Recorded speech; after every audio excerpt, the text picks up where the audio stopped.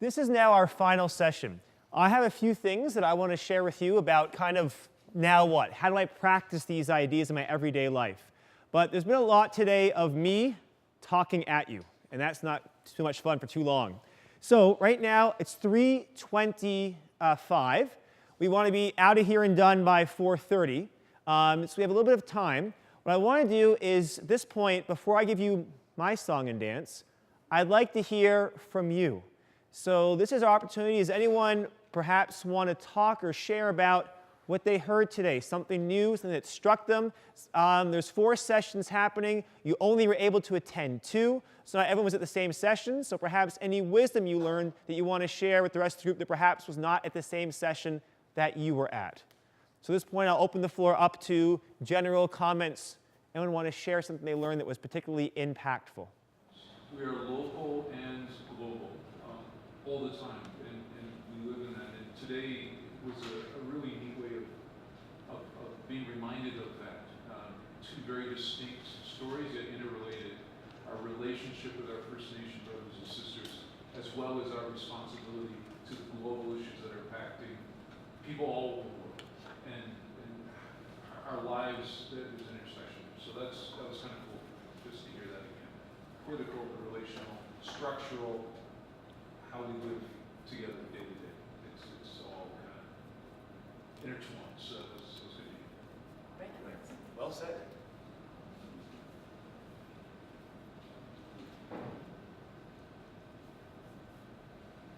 I like the format because I allow people to choose from different options depending on the space they're in.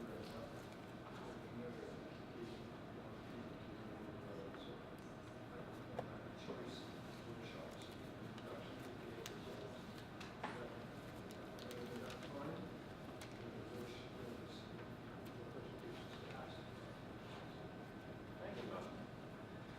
So the idea behind this format, which Bob, I'm glad you enjoyed, that's important for us to hear, because the idea of Catholic social justice, and if you read the documents, they say Catholic churches, we have these principles, but it's really up to the people to implement them.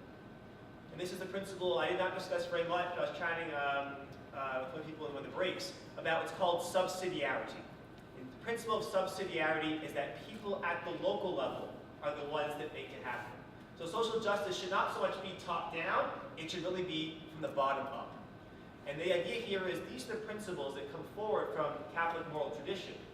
However, it's up to us as a people here and now in Calgary to live these out and put them into action, into fruition.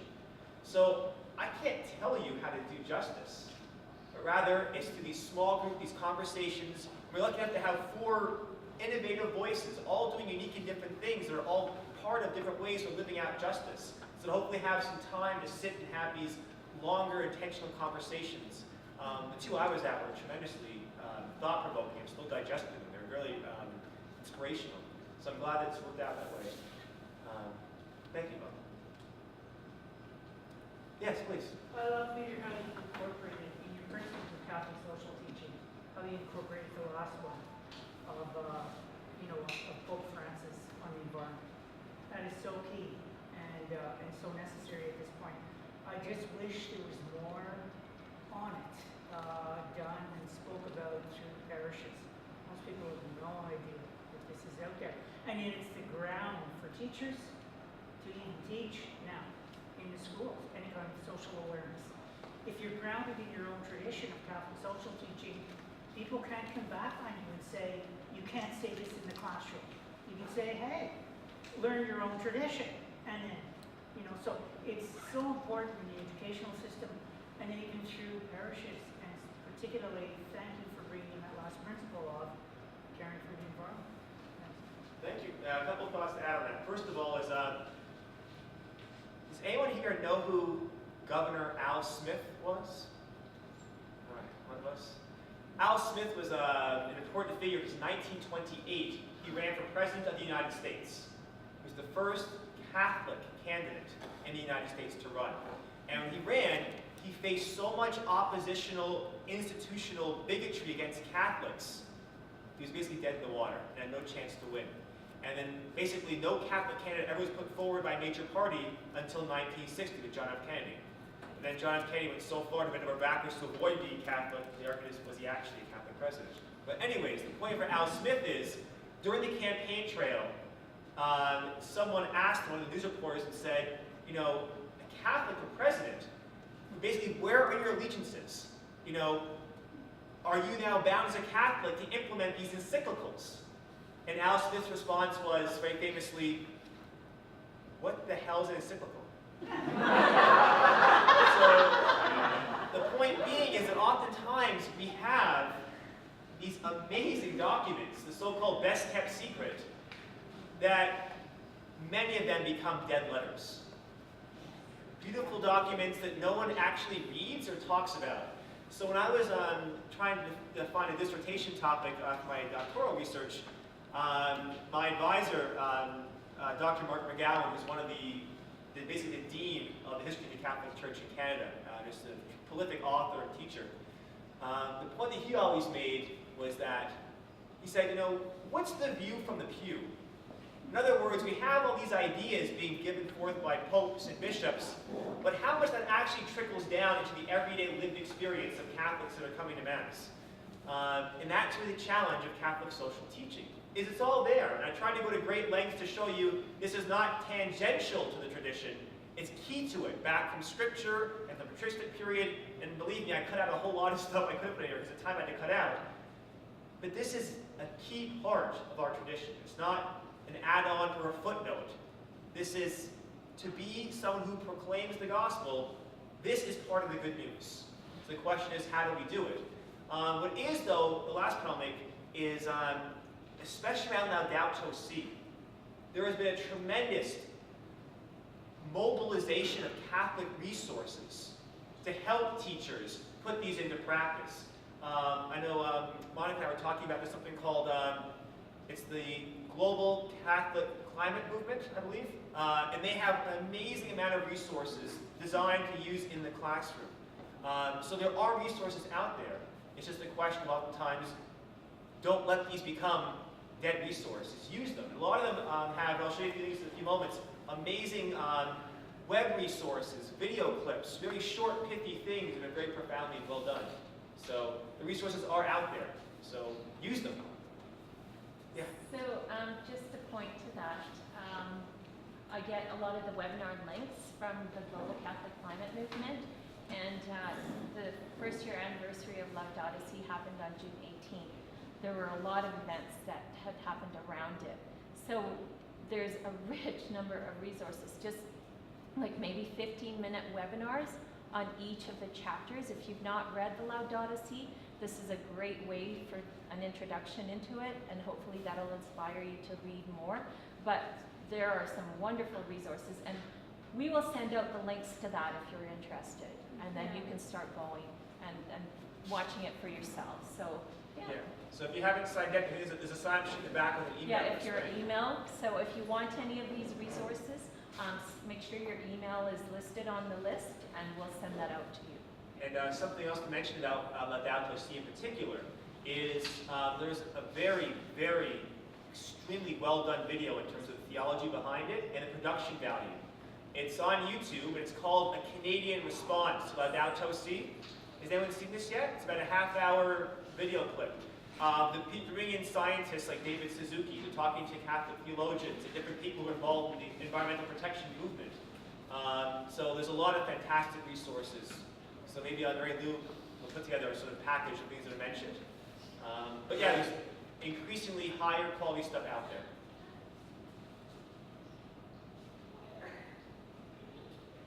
Oh, yes. This isn't a question, it's more just a commentary on, Perfect. sometimes I get overwhelmed and I feel like it's just such a big impossibility. But I heard Michael Enright interview a fellow a few weeks ago who's written a book, and it actually expresses everything what you're saying. He had 3 issues that he thought would transform the world, and it's just very heartwarming to know that that book is out there. So number 1 was shorter work weeks, so that people would have time to renew themselves. And he said with the internet, people would be more educated, and they would be more self-fulfilled, which make their self-esteem. That would be transformative. The other thing was universal wage for all. Oh, yeah. Well, that's pretty clever.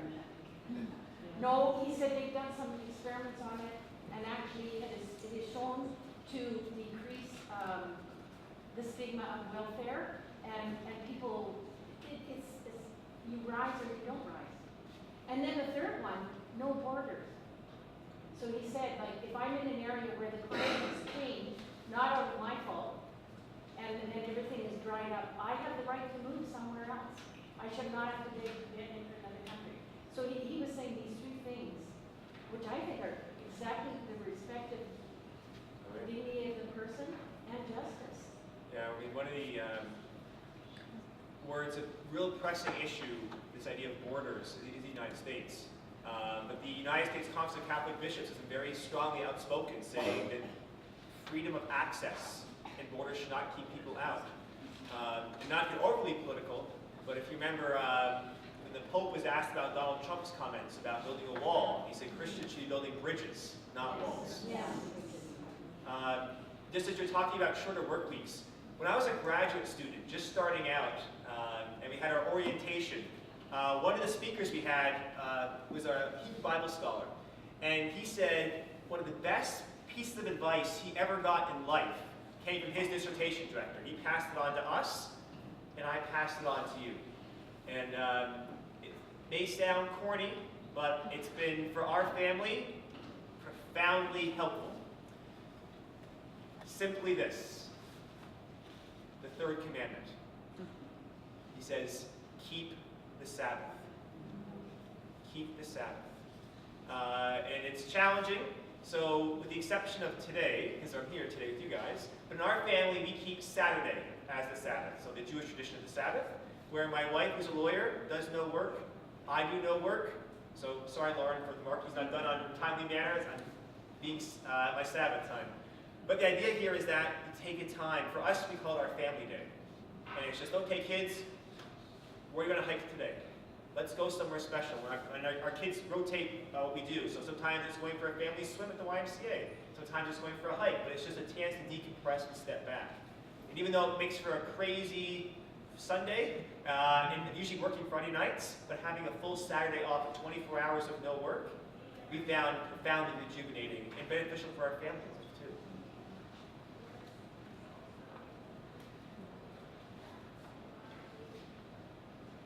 Yeah, Joe.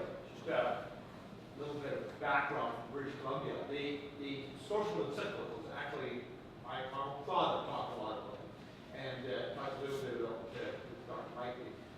The union movement in British Columbia, the IWA, a large part, many of those men were Catholics that knew the encyclicals and that put it into place. And the 40-hour work week, a livable wage. State working conditions. And so there is that behind it, but we don't know our history. Oh yeah. And even the very powerful Catholic labor unions really in Quebec all came out, they were Catholic labor unions. So yeah, this is... So it's there. Another thing that you brought up today, like Syria, I think we all at our own, it's in our front room every day, if we want. I think we have to keep on pressing our politicians to do something. And pray, as our Pope said. But to keep on pressing them, do something. You've got to do something. Even though it may become redundant, our Prime Minister, our Minister of Foreign Affairs beyond, keep on. Because I think that's justice. It should stop. Well, just the other day I saw that if you're familiar with the Canadian Catholic Organization for Development and Peace, they've just launched a new campaign about trying to press, and they have a series of 5 steps for how we can work towards peace in Syria. So if you check out their website, there's a list of resources, and it involves online petitions and just that, pressuring our politicians. The reality is, we live in a democracy, or a republic from a democracy, where we need, as people, to hold our politicians accountable. What's the goal of every politician? To be reelected. To be reelected, ultimately. So if there's something that we want, We need to make our voices known. And that's the value of things like collective action. We come as a group. Us as a group are deeply concerned about this. They're willing to listen. I went to, when the refugees first started arriving, my family, we went to a mosque to hear, they were discussing about resettling and raising funds for refugee families coming in. And is it David Swan? Who's the leader of the Liberals in Alberta? David Swan. He was there and gave a beautiful talk, reflection about the role of politics in helping these refugees. But he was very, very open. He said, listen, he says, we're politicians. We're your servants. So if you want this done, you keep calling us up. You keep writing us letters. You keep emailing. The squeaky wheel gets the grease. So the problem is right now with this very fast news cycle, we tend to forget. And the reality now also is we have these refugees here. They're settling, and now they've been here for a period of time, but many of them, they need employment. And we need to find ways to integrate them better into our communities.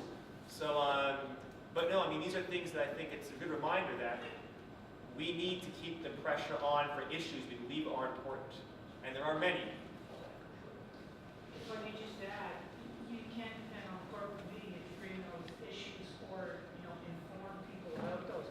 For example, I was involved also with Fair Vote Canada, which is, reform of our electoral system. I went to our MP and asked, could he please hold the town hall like a lot of the MPs across Canada are? And it was a dead end. Even the journalists, when I went to the newspaper, said, can you put something in the paper about this, that these consults are going on? And the committee was just, the electoral reform committee was just up in Leduc on Thursday evening. Nobody knows anything about it because it's not in the Calgary Herald or it's not in corporate owned run, media. So you can't depend on Calgary Herald for your news. It's not going to come through there. So they have to go through other news sources. But that's a way of electoral reform because if you get an MP smug and arrogant in their own constituency, they're not going to listen to anything you say. The wall is up. They went in with 80% of the vote in rural Alberta. They're not going to listen to what you say. So, electoral reform and that whole committee that's going on through Canada making the recommendation December 1st, like it's knowing about those issues and having your ear to the ground on that and don't depend on corporate media to get that, Good points. Yeah.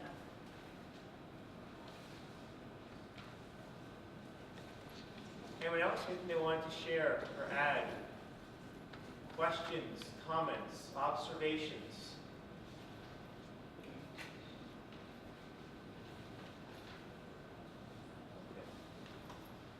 Well, I don't want to shut down conversation, but if no one else wants to add at this point in time, okay. I'll say a few words, and then if this might perhaps spark some more conversation, but if not, I just want to share a few thoughts, because this is something that's in the head, and it kind of moves now. It almost can become paralyzing, overwhelming. These odds are so much against us. What can we possibly do? So I've compiled a lot of the things that they suggested to me, and I passed them on to you. So we now get to the third portion. We talked about what Catholic social justice is, the origins of it. So what? Why is it important? We spoke about the difference between charity and justice. Both are needed, but justice has often been de-emphasized. We need to re-emphasize it again. Now we get to the now what? So what do I do with this information? So as I hinted to you, I want to offer you a Trinitarian model of head, heart, and hands.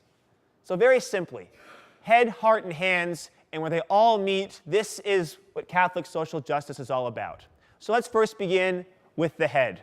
And this goes back to what was just said, this idea about informing ourselves. We need to be thinking about, studying, discussing, reading Catholic social encyclicals. But I'm going to warn you, they're not a very fun read. They're very dry. Some language can be quite archaic. The challenge with the church is the church oftentimes, when it does speak, they speak in a way that they believe is quite timeless, applicable to all people in all situations and at all times. So oftentimes the critique of them is that these teachings seem very abstract, and that's painfully true, unfortunately.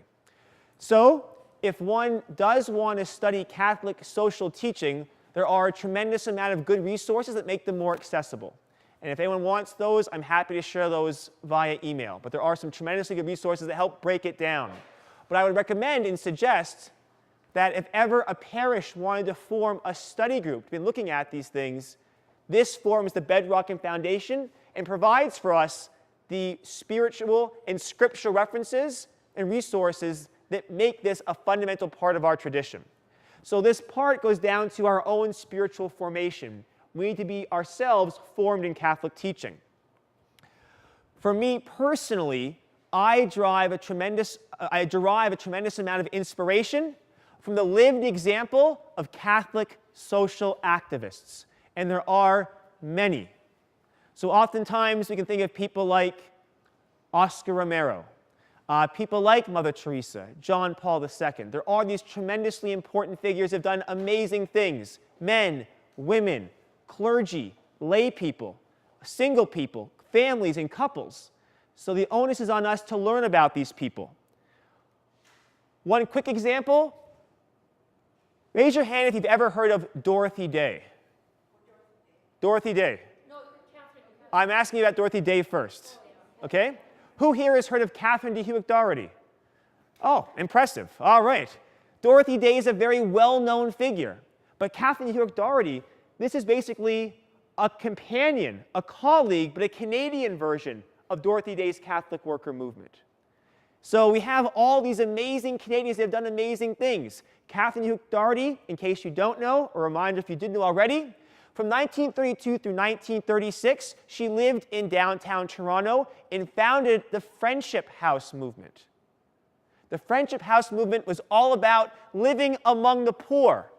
She ran a soup kitchen, quite a large one. She offered Catholic education on Catholic social teaching and provided an intentional Catholic community. Eventually, she ran into some problems and hostilities in Toronto. Back in the 1930s, having a single Catholic, she was married at the time, but a Catholic laywoman, the Catholic Church wasn't sure what kind of space there was for that. So a lot of priests complained, and eventually there was hostility, and she left. She goes down now in 1937, down to Harlem in New York City. And there she founded the Friendship House movement, but it was based on racial justice. So we're talking now a good 30 years before the Civil Rights Movement really took flight in the US. And then eventually she left there, spent time in Chicago, and in 1947, her and her husband, Eddie Doherty, moved to Combermere, Ontario, and founded the Madonna House movement, which is still in existence to this day. So there's a tremendous history of Catholic social activists, and for me, when I read their lives and their stories, this adds fuel to my fire. Okay? Very famously, Isaac Newton used to say, "If I have seen further than anyone else, it's because I stand on the shoulder of giants." For us doing the social justice work, we should stand on the shoulders of social justice giants that came before us. Okay? A third thing, to educate our head, Catholic social documents, which are available online on the Vatican website. The example of Catholic social activists, Pope Francis. As I began my presentation today, almost every day there's some kind of brilliant nugget that Pope Francis is giving to us. He speaks in very plain-spoken, relatable, earthy examples.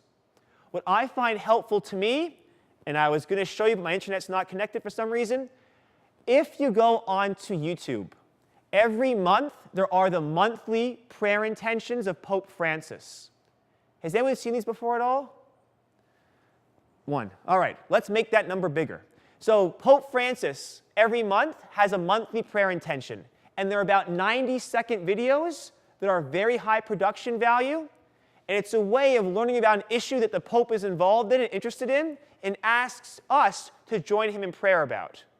So it's a great way to stay current on Catholic social issues, is what the Pope is calling our attention to. And you can find those on YouTube. Just search on YouTube for Pope Francis monthly intentions, and they'll pop right up for you. Yes, Lance. As an aside, it's funny because you brought this up before about how we have some of those profound things to say, and yet nobody's hearing it. Yes. The videos are just excellent. 1.5 minutes. I share them with students, and they Yeah. get engaged. 2,000 hits Yeah. a print error or something. 'Cause Yeah. Or somehow you hope the numbers almost reset itself because it's gone so high. But it's just maybe a day, 2,000 a day, but yeah, they're so the Vatican is getting much better about being more technologically savvy. But most of us don't think to look there for these resources. So I would implore you and encourage you, if you go online on YouTube, especially if you're an educator, they're fantastic for classroom use. It's 90 seconds what the Pope is praying for every month. Yes, Vincent. The Pope's Instagram account set a new world record for the most number of followers in the first 24 hours. Okay, all right. Yeah, so Pope Francis is a great way. If you follow Pope Francis, you're following the current trends in Catholic social justice. So he's a great resource to follow. All right, that's the head. Now we start going a bit harder into the heart, that long journey from head to heart. What does that look like? Well, this is a challenge for us to begin to examine our own lifestyle and begin to ask ourselves, what are we doing? Are we people, like that superhero analogy, are we people of justice, or are we not? Are we people of injustice? I spent most of my teenage years heavily involved in the Boy Scouts. So I used to spend weeks at a time camping in the bush, lots of hiking. That's why I love being so close to Banff and Lake Louise and Jasper.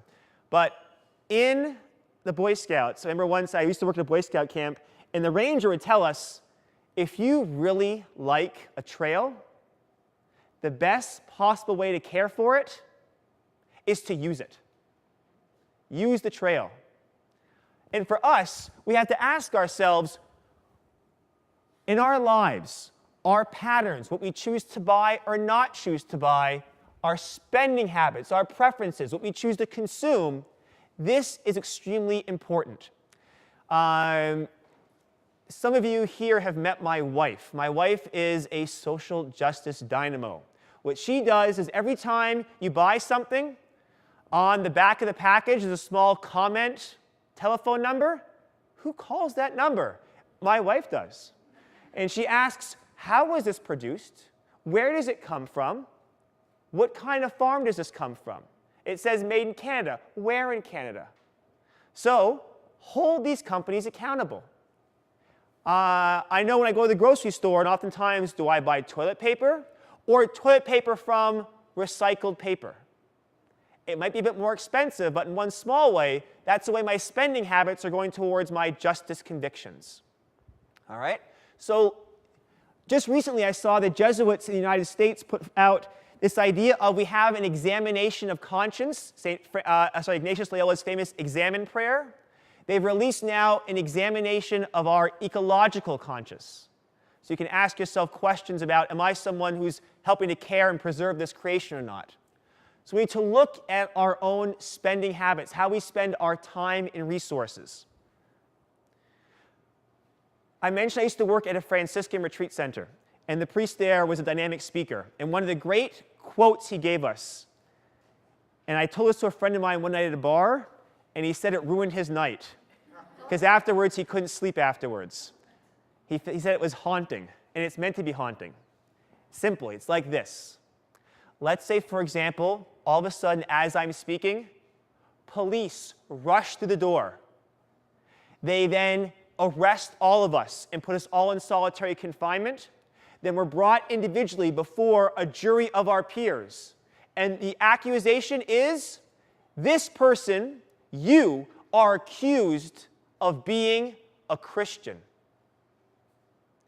Is there enough evidence out there to find you innocent or guilty?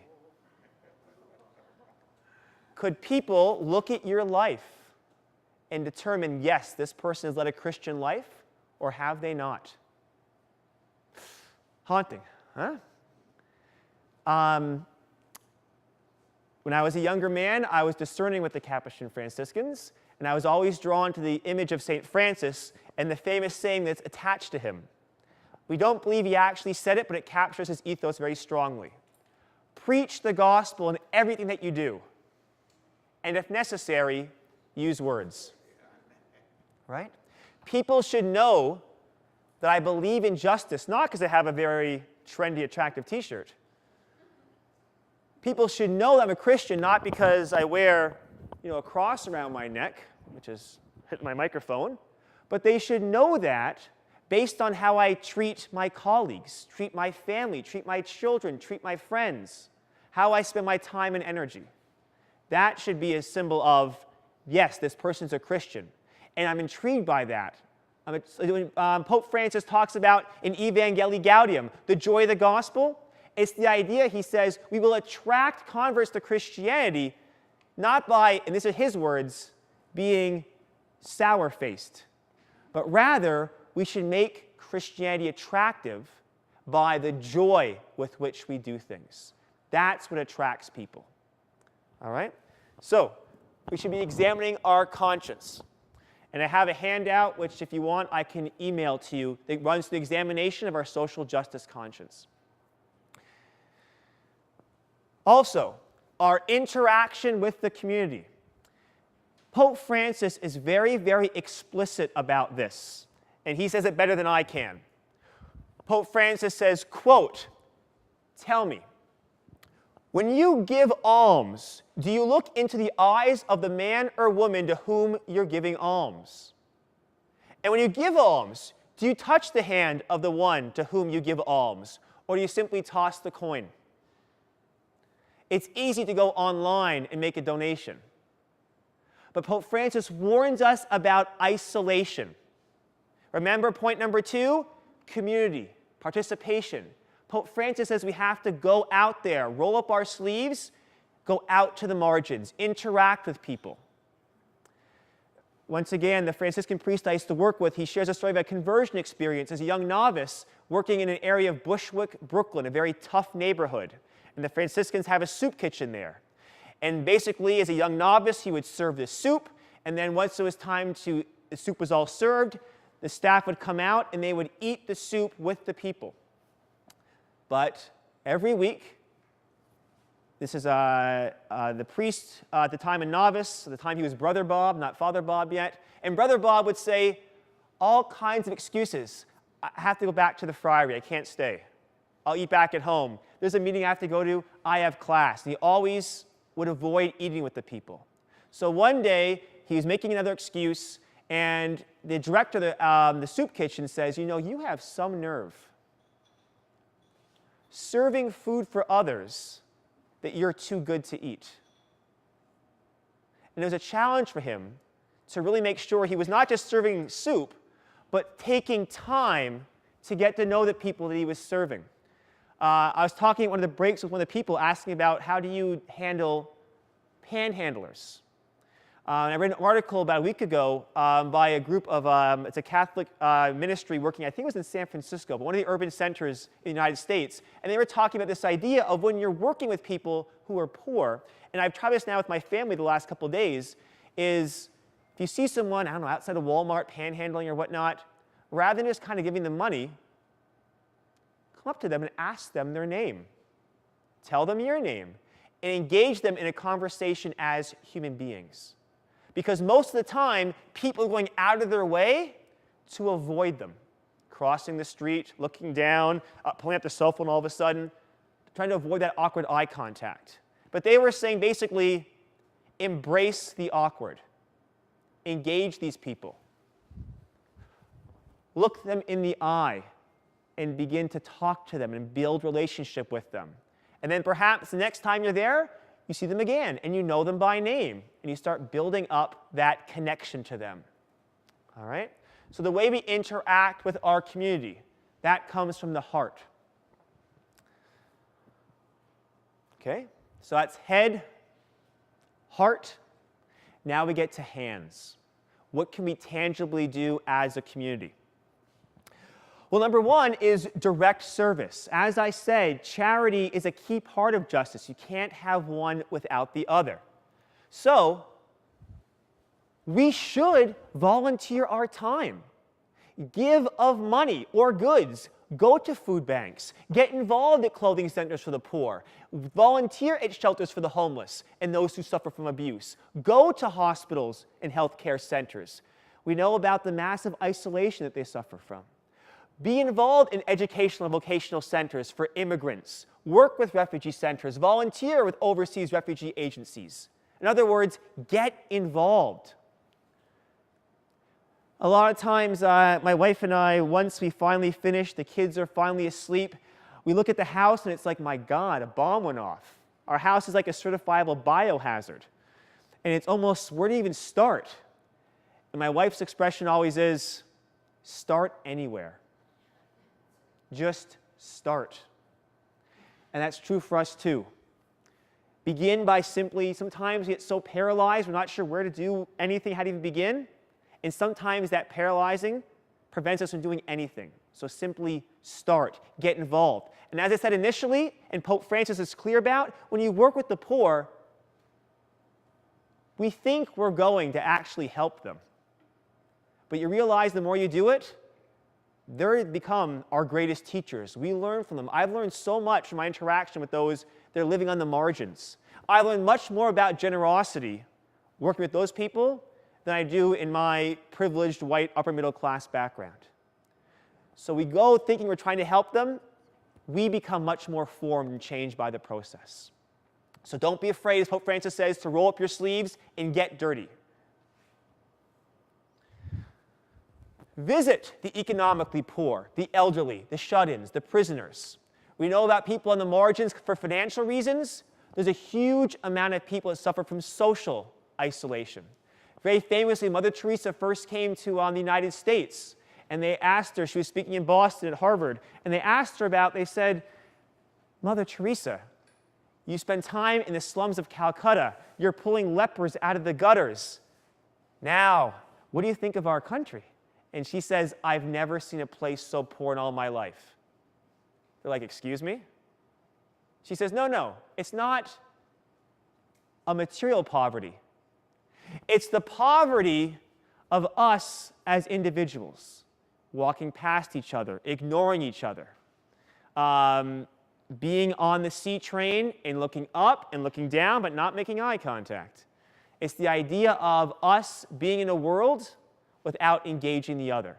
So the challenge with the hands portion is in some small way begin to engage the other. Also, supporting those who are in need. In this case, I reference pregnant teenagers. So for people that I know, and many of them in Catholic circles are against abortion. Good. So for those people that are contemplating abortion, what kind of option are we providing them? They're scared, they're lonely, they don't have the resources. When I was working and living in a Catholic community in Toronto, we used to have a ministry every Sunday where there was a group of shut-ins that we were aware of, and we had our minivan, and we'd go around and pick them all up, bring them to Mass, and then afterwards drop them back off again. Because for these people, this is probably their only interaction with other people for days at a time.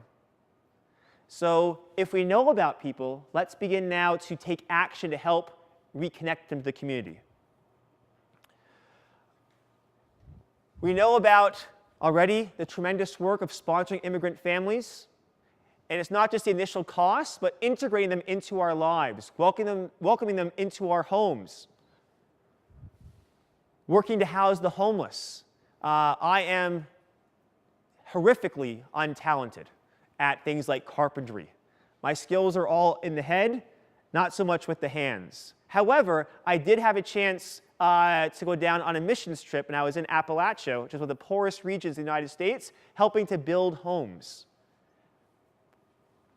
I don't know what to do, but if you tell me, hammer this nail here, I can do that.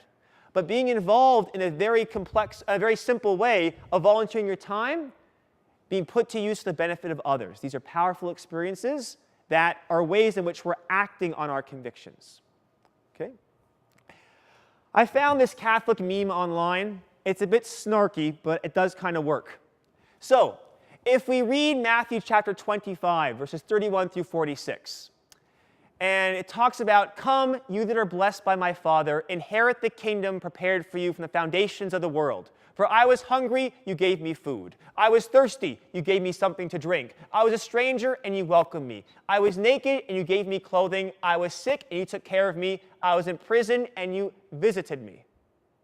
That's the familiar scriptural passage. So I found this snarky meme online. And basically it says, I was hungry, and you formed a humanities club and discussed my hunger.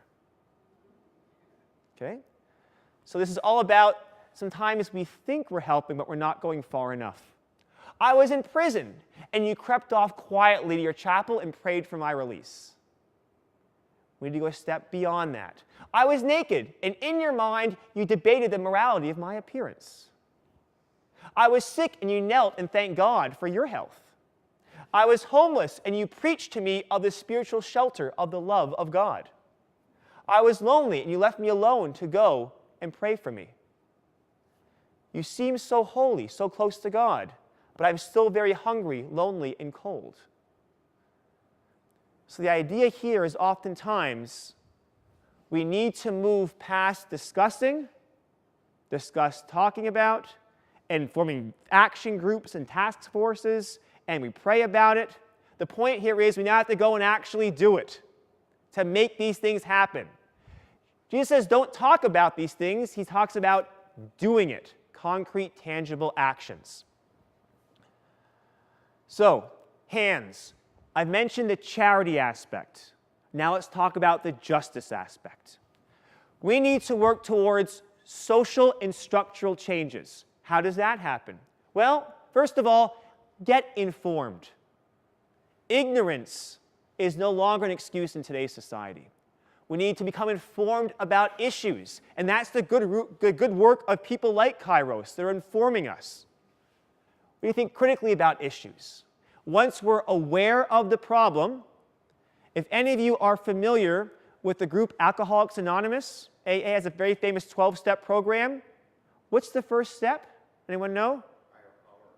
Before that one. Yeah, you have to acknowledge there's a problem here. So let's first name the problem. Let's look at it critically. So get informed. Once we're aware of it, now we can begin to take action. All right? So we need to look at not just the problem, but the root causes of the problem. All right? We need, as a collective Catholic community and all of our brothers and sisters of goodwill, to come together and begin now to raise awareness about issues that we are concerned about. Things like poverty, things like environmental destruction, things like racism, things like treatment of women, things like problems with the First Nations communities. We need to raise awareness and keep these issues at the forefront of our attention. Furthermore, once we're aware of these things, we need to now join with other people and multiply our voices. So, for example, I mentioned the group, the Canadian Catholic Organization for Development and Peace. Every year they have a fall campaign that's meant to unify the entire Catholic community in Canada together around a single issue. That's an example of engaging in collective action together. We need to hold our governments accountable. We have been given, in Canada, 2 fairly significant elections. Provincially, the NDP ran on a platform of change. Federally, the Liberals ran on a platform of change. They are promising, especially in the area of social justice, big changes. Let's hold them to that. Hold them to their promises. And if they're falling short, let them know. If they're doing well, we reward them with our vote again. We need to look at corporate policies that hurt the poor and undermine the dignity of the human person. And if companies are doing things that we don't like, we don't give them our money. So a lot of times there are certain policies that perhaps we disagree with. We can affect them by hurting their bottom line. A couple of years ago, there was a great documentary called Food, Inc. Anyone ever watched that one at all? It was a food about the sort of the way that food is produced and distributed and consumed in the United States. But in there, they talk about the fact that, it's a shame that instead of going organic, people go to Walmart. And that's true. But Walmart, what's their major function? To make money. So people are buying organic foods, so now Walmart stocks organic foods. My family, we shop at Superstore. Superstore, I've noticed over the last several years, their organic section is growing and growing and growing. So those are the kind of products that my family wants more of. We'll buy more of them. And every time I go home, I have my receipt. It says, how did we do today? My wife, Crusader, goes online, fills out the survey, and says, more organic food, please.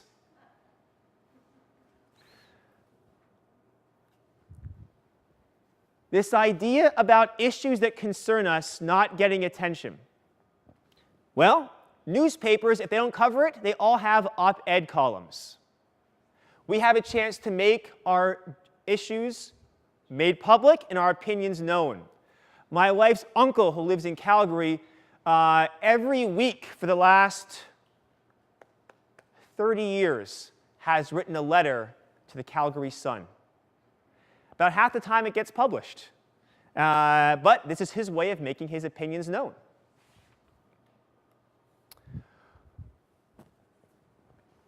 The Catholic Church, going back to 1891, values and supports things like organized labor, having people come together around a common cause. If there are causes that you feel strongly about, get involved.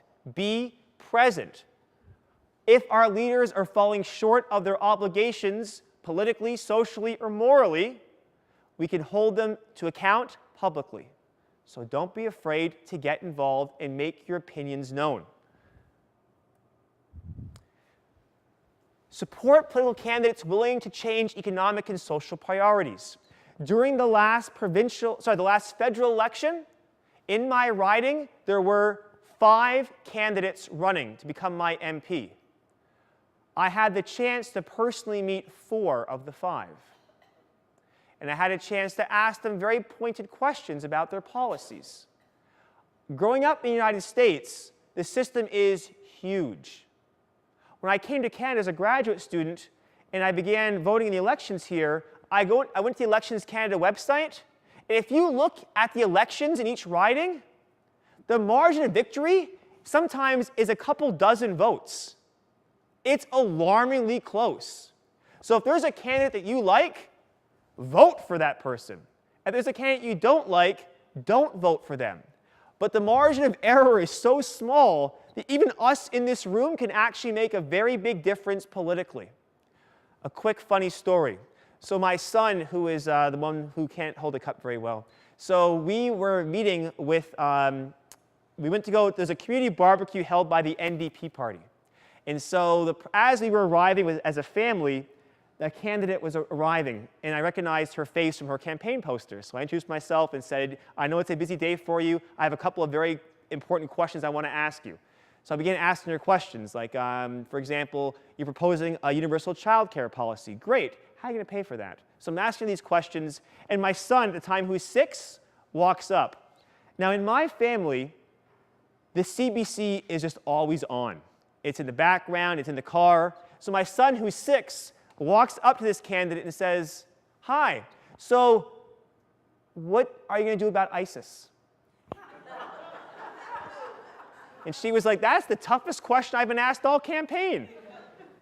My point is that get to know your candidates and your MPs.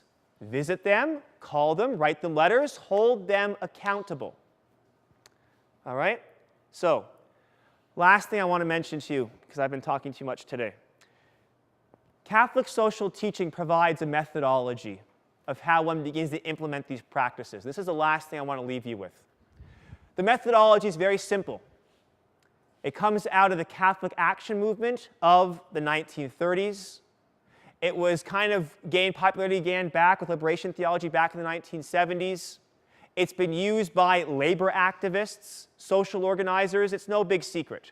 It's very simply see, judge, and act. What do I mean by that? We first need to see the problem. If there is an issue we feel conviction around, if there's something we want to get involved in, we need to first identify what is the issue. Let's see the problem and look at it in detail. Once you see the problem, then we begin to judge it. We begin now to judge it both in light of statistical analysis, all the best work from the social sciences. Let's learn about the problem. We had a conversation this morning about climate change, and one of the issues raised was conflicting evidence. Well, let's look at that evidence critically and carefully. Then, after we judge it in light of social analysis, for Catholic social justice, let's now judge it against those Catholic social principles. Let's judge it against the message of the Gospels.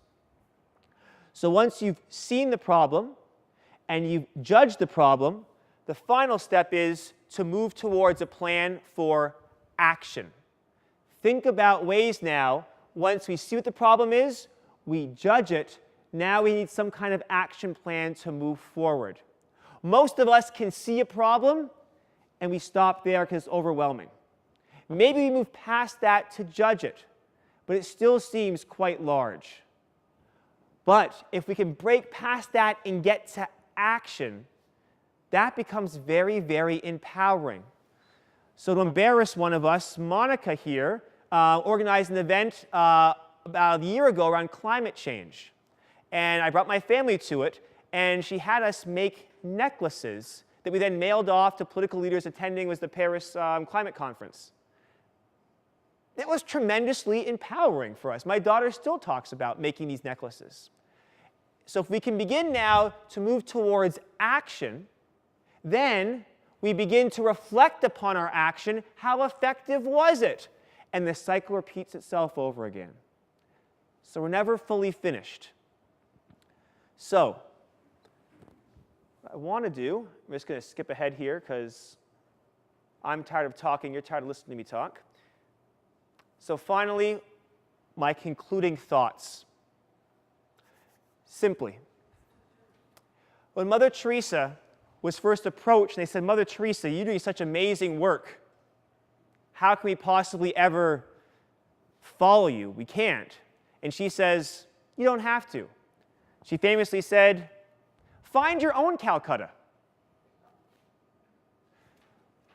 Think about it in your prayer life, in your quiet time, or for me, in the shower, by 5 minutes of my own time. I think about what are things that speak to me. There are things that concern you, or you, or you, and they're all different. The Lord speaks to us in different ways. We feel conviction and passion on certain issues. Listen to that voice inside of you and figure out what is it that you want to try and get involved in. All right? We can't do it all. We cannot. But if each of us does something small, collectively we're doing something big. When I was a graduate student, I worked at the University of Toronto at the Catholic Chaplaincy at the Newman Center, and my part-time job was I coordinated our outreach ministries. We had about 100 volunteers in 8 different ministries across the GTA. So one year, I had this crazy idea, and I said to these 8 agencies, what is your Christmas wish list? What would you like to get? And they kind of, some of them said, you can never do it. And I said, try me. So they had a bunch of things, and there were some pretty big things. So what I did, though, is I took all these things, and I kind of broke them up into smaller component parts. And I did is I made basically small Christmas tree ornaments, little Christmas stars, and I handed out one to each family in the parish. And I said, for Christmas, if you could give, the parish is asking for this one small thing. So it could be a box of colored pencils for our after-school program for disadvantaged children. It could be a pack of light bulbs for the mental health care facility that we support. And all of a sudden, with a parish of about 600 families, and the stuff came in, one small thing, cumulatively, we met almost all of their Christmas wish list goals. So a lot of times it's not about us doing everything. We can't. But if we can find something specific that we feel drawn to, where our passion is, find like-minded people begin to work on it, that's how real change can begin to happen. That's how we can begin to build the kingdom of God together. 2, set an example. The famous quote from the Mahatma Gandhi, You must be the change you want to see in the world. All right? If we lament the fact at how cold and impersonal Calgary can be, well, we should try and change it. My social justice example I look to is always my wife. So, my wife and I were discussing how in Calgary, we're new here, we haven't met people yet, we're looking to try and build community. So, as some of you know, as Carol knows, I know Lauren knows, last year during Lent, my family said, and I can't guarantee this yet, but I invite you as well, every Lent, every Tuesday during Lent, at our house from 6 to 8 p.m., we're serving soup. Everyone is welcome to come. MT came, I believe, right? Yeah. So the idea was, we want to build community. And it's just known, I sent the invitation out to close to 500 people. I told my students, I told my colleagues, the miraculous thing is our house can't handle 500 people. But what happens is, I call it the Holy Spirit, people would come in waves. Some people would come at 6, have a nice meal. Some come at 6:15, some come at 6:30. So it was never all at once, it was kind of this steady flow. And people brought friends. Sometimes people came that were homeless. Sometimes people came that were very affluent and wealthy, but everyone was welcome. My wife, who loves soups, always made a variety of soups. We always had more than enough. And like the multiplication of loaves, there's no cost for this. Don't bring anything. But people would bring bread, people would bring wine, and all of a sudden, we had a decent feast. So the idea here is, my wife said, you know what? I wish we had more community. Well, let's do it. Be that example. Quote from 1 Timothy chapter 4. Let no one despise you for your youth, but set the believers an example in speech and conduct, in love, in faith, and purity. Now, I use youth here in a broad sense. None of us here, as far as I know, are ordained clergy. No? Okay. I'm not either. It's okay. But in the Catholic tradition, at least, I can't speak on behalf of the United Church, in the Catholic tradition, Catholics were always very deferential to our clergy. I have news for you. Theologically speaking, the church is not the hierarchy. The church is not the building. The church is the ecclesia, the people of God. You and me, we are the church. If there are things that we want to happen, do not let people look down on you because of your lay status, but rather set the example for everyone, and that includes our clergy. And that's not a knock on clergy, because a lot of clergy I know are tremendously devoted and passionate. But this is a call to empower the laity of our parish, our diocese, and our church. Strength in numbers. As I was discussing at lunch today, a lot of times when I think about these things, it becomes overwhelming, becomes very depressing. I feel like the salmon swimming upstream all by myself. But gatherings like this, I find tremendously rich. These inspire me, these fulfill me, these sustain me. There's a lot to be said for strength in numbers.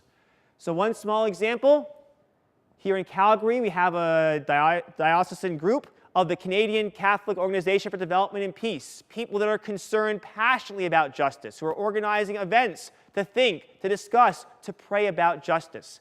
Find these groups. If you can't find one, create one.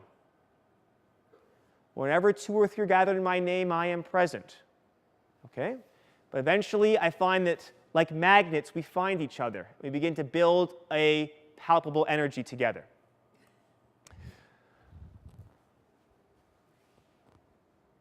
This is Catholic social justice. This is entwined with our faith life. We are an Easter people, a faith-filled people. So what we need to do is draw upon the resources of our faith. Call upon the Holy Spirit to help us. Call upon the intercession of the communion of saints. Use the resources of our vast 2,000-year tradition, or back to the Hebrews, an almost 5,000-year tradition, And let's use this to help form us to become better disciples as well. We're trying to change the world, but also to form ourselves in the process, become better people of justice, be better disciples of Christ. All right? So, be the change in the world. So the last thing I'll mention is I would strongly encourage you, if you've enjoyed today as much as I have, if you've learned things today from conversations, from large groups, from small groups, in my experience at conferences, that's great, and it quickly falls away. Might give you a challenge. My challenge is this. At some point before you go to sleep tonight, find some quiet time, 5 minutes, 10 minutes, whatever you can do, but find some quiet time before you go to sleep and actively reflect and write down if you can. Commit yourself to taking one concrete next step. Maybe I will contact my MP. I will sign a petition. I will contact that company. I will find out more about this issue. I will pray for this. I will talk to my neighbor. Something specific that's concrete that will take today's ideas that are abstract and make them real for you in your life. Write it down and then put it somewhere where you will see it. Could be in the bathroom mirror, could be at your workstation at work, could be on your Bible, on your nightstand. But challenge yourself. Give yourself an objective and a timeline. Something I can do in the next, let's say the next month for justice. Okay? That's your homework assignment. I will never grade it. I will never check it, but it's been assigned to you. All right. So Mike Lickers already gave us our kind of final blessing before we go, but I just want to first of all thank all of you for your time, for your attention, for your energy, for your questions. This, as you may have gathered, is important to me. So it's always wonderful to have the privilege to share my knowledge with you, but also to learn from you as well. So I thank you for your time and attention today.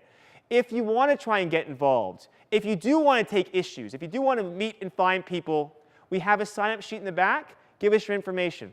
Michelle's holding something up. I think we'd really like if you could take a moment to fill out the evaluation form for today. Yeah. And that's in the back of your program booklet. If perhaps you've misplaced your program booklet, as I have, I'm sure there's additional copies at the registration table perhaps we can get to you. Mary Lou, any last housekeeping announcements at all you wanted to make?